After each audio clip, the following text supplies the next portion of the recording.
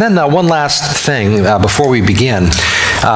You might have noticed that there's an election coming up. I don't know if you've been paying attention or if you've been under a rock for the last little while, but there's every year, or every election, I should say, every 4 years, somebody will say this is the most important election of our lifetime. And it actually almost becomes noise to hear that because you hear it every single time.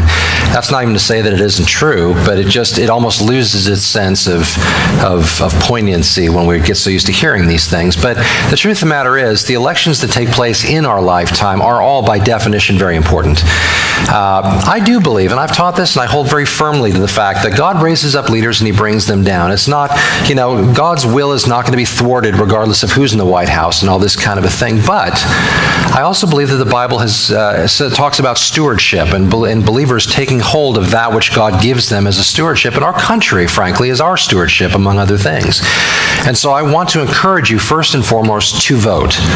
Don't just sit back and figure your vote doesn't count. Don't sit back and think, well, there's no point to any of this stuff. It's all predetermined and decided, whether by man or by God. Vote. A lot of people gave their lives so we would have that freedom. There are people in parts of the world where they literally have no choice in anything who would give everything to take your place and be a citizen of this country that they might be able to vote.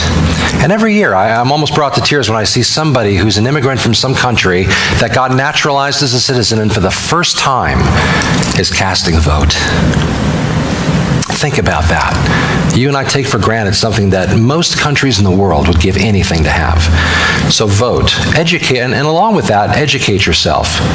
Educate yourself on the issues. On our Facebook page, you can look at our Facebook posts, and you'll see that we posted not too long ago, we posted a voter's guide with information on where the candidates all stand on various things. I'm not going to tell you how to vote because I'm a firm believer in training people up in the ways of God so they can make their own choices.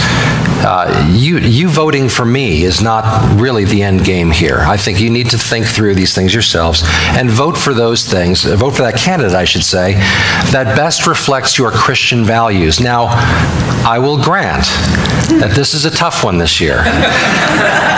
And there are other circumstances at play. Supreme Court justices that will be put into office for life, not elected every 4 years, but for life. And that kind of a thing. So there's other considerations. So educate yourself. But when you vote, I will say this, and I will say this unabashedly. Do not vote your pocketbook. Do not vote along society's lines, figuring that they've got it right. They don't. I do believe that when we pray, thy kingdom come, thy will be done on earth as it is in heaven, that's the only time things will actually be right. But in the meantime, we want to vote for those things that reflect that prayer to the best that we can. Who is it that is speaking, at least has come forth and said that they will hold a certain position on things like abortion, on things like marriage? These are important issues that either will or will not glorify the Lord. And we have a responsibility not to vote for the things that are most expedient to have a comfortable life, but to vote for those things that best line up with the convictions that God has given us as born-again believers. So I will leave it with that. But do vote.